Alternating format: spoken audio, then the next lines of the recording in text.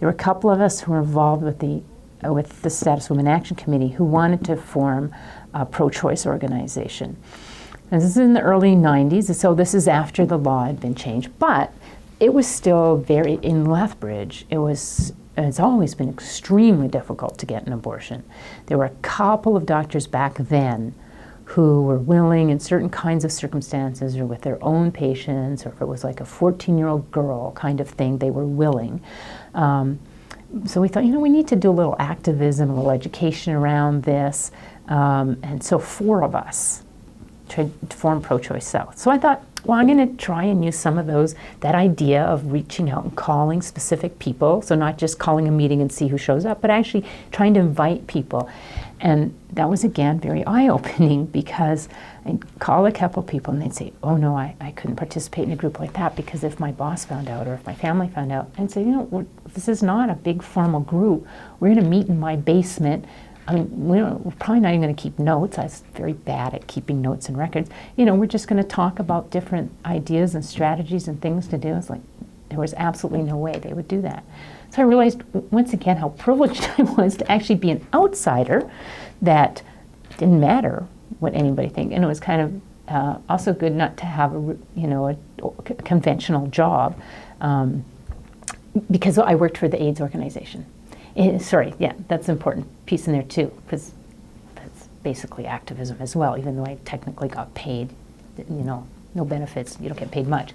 But in March of 1990, I started working with the Lethbridge AIDS Connection. It was called then, it's now the Lethbridge HIV Connection. So having that kind of job, being involved in abortion, was not a big deal, right? It was not going to be an issue. So the 4 of us did form this group. We had a phone line for quite a while. I think I got one obscene call once. Got a few calls from people wondering, how to gain access to abortion. We got some donations carefully. We did a garage sale. Very typical way to raise some money. We probably went through, maybe a couple $100 altogether in the year or so. We tried to hold a rally once. It was in response to something in particular. I can't remember what now, because nobody showed up. And in fact, one of our organizers was not able to make it. We knew that in advance, so 3 of us showed up, and the media.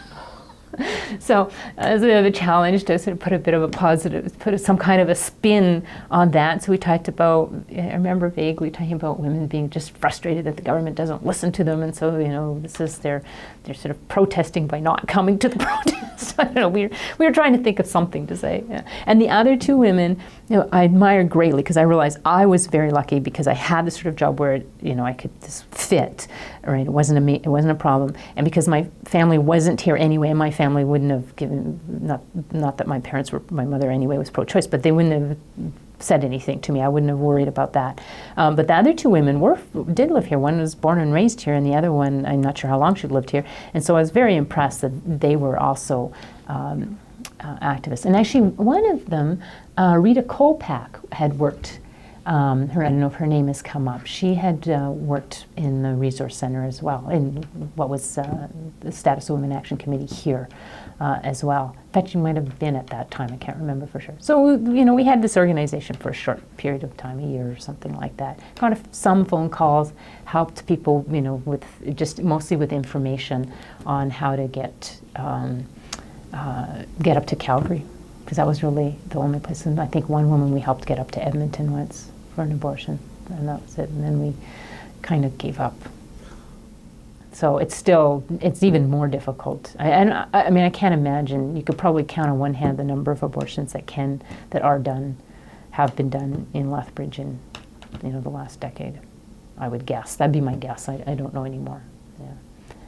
So the other thing that I did was working at the AIDS Connection, which is also very much an activist type work. It was certainly, that's how I viewed it, because at that point in the early 90s, I was there from 90 to 98. I was away for 1 year my partner had a sabbatical. And especially in that early chunk from 90 to 95, I mean, the major group of people who were getting infected were men who were having sex with men. So a lot of what we worried about was homophobia, that for a lot of people who had HIV, they had all this double and triple stigma because it was hard to come forward, because coming forward meant you're acknowledging A, that you had this very serious disease, and B, that in all likelihood you were gay. And in a town like this, that was extremely difficult.